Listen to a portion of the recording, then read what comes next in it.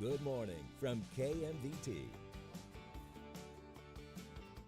Good morning, Southern Idaho. I'm Jacob Dizon. Here's a look at your digital news update.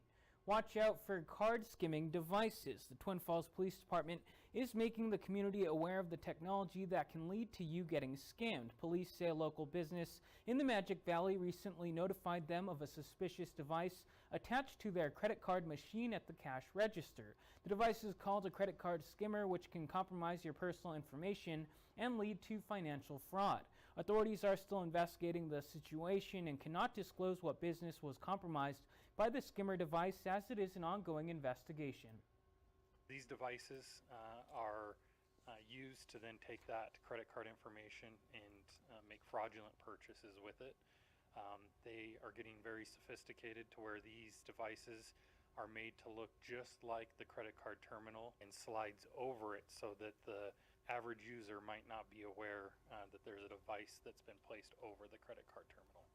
Twin Falls PD advising people to use ATMs wisely, inspect card readers before using, and consider secure wireless payment alternatives such as Apple or Google Pay. Helping prevent flooding and wildfires while preserving the nature around Blaine County. A new grant looks to assist in that effort. The Blaine County Climate Action Network is a local sustainability group.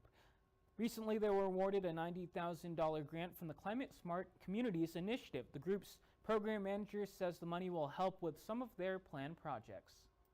That'll go towards forest thinning, so removing trees from the wildland-urban interface to make sure we're more wildfire resilient going forward, and ensuring that the interface between where houses are built and where the wildlands start is as healthy and adaptable as possible.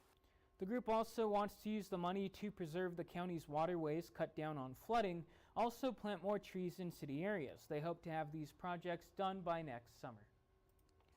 Earlier this year, lawmakers identified at-risk rural hospitals around the country, and 3 of them were in Idaho. In order to be considered at risk, these hospitals are in the top 10% Medicaid payer mix of rural hospitals across the country, and the hospital has experienced 3 consecutive years of negative total margin. 2 of them identified on the list are Cassia Regional Hospital in Burley and St. Luke's Jerome. We asked Congressman Mike Simpson yesterday about the One Big Beautiful Bill and how a projected $1 trillion hit to Medicaid could impact rural hospitals.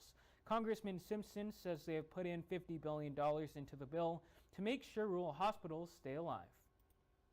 We don't want to lose rural hospitals, and so we're going to do everything we can. But you have to make some reforms to the entitlement program, so they're going to eat the budget alive. And some of these reforms were taking people off of Medicaid that should not have been on Medicaid, people that are here illegally and those types of things, and also having a work requirement so that people that are getting benefits and can work should at least be looking for work.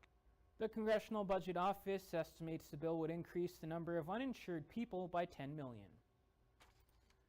It's no question Idaho is facing an affordable housing shortage. A joint report from the Idaho Asset Building Network and the National Low Income Housing Coalition released earlier this year shows a shortage of more than 24,000 affordable homes in the Gem State. According to Idaho Representative Mike Simpson, the only way to combat the housing crisis is to lower the federal interest rate, which he says would do more for the economy than anything else. Simpson is highlighting some of the recent legislative actions to address the issue, including supporting the One Big Beautiful Bill, which expands the low-income housing tax credit. You got people who used to live in starter homes, and they've been there for a number of years. They want to move up to the next house and sell their starter home. Those people won't move right now because they got an interest rate at 3%. The interest rate of their new place would be 7%. They're not willing to sell their house. I don't blame them. So consequently, you don't have those starter homes anymore for people to move into. And that's a challenge, but even those are getting very, very expensive. The Idaho Legislature's Interim Land Use and Housing Study Committee meets today in Sandpoint to have a comprehensive conversation around housing. Now let's check in with meteorologist Justin Fanfarelli for a look at your weather. Hey, good morning, everybody. Temperatures on their way down, still seasonably warm, though, into the Wood River Valley, into the upper 80s for the day today. A lot of sunshine. That wind also dying down, only around 10 to 15 miles per hour, mainly from a westerly direction. We're near 90 today into the northern Magic Valley, also near 90 for Twin Falls and surrounding communities. Upper 80s into the Jackpot area, and also upper 80s just south and east of Burley, but Burley and Rupert themselves near 90 degrees. Mostly sunny skies in that direction.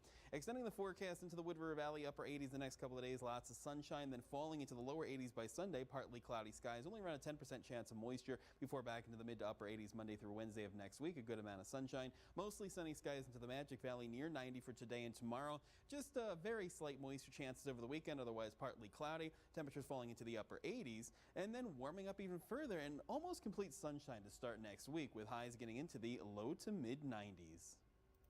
That was a look at your digital news update. We'll be back with more of your local news today at noon. Until then, you can also send us story ideas by sending an email to news@kmvt.com.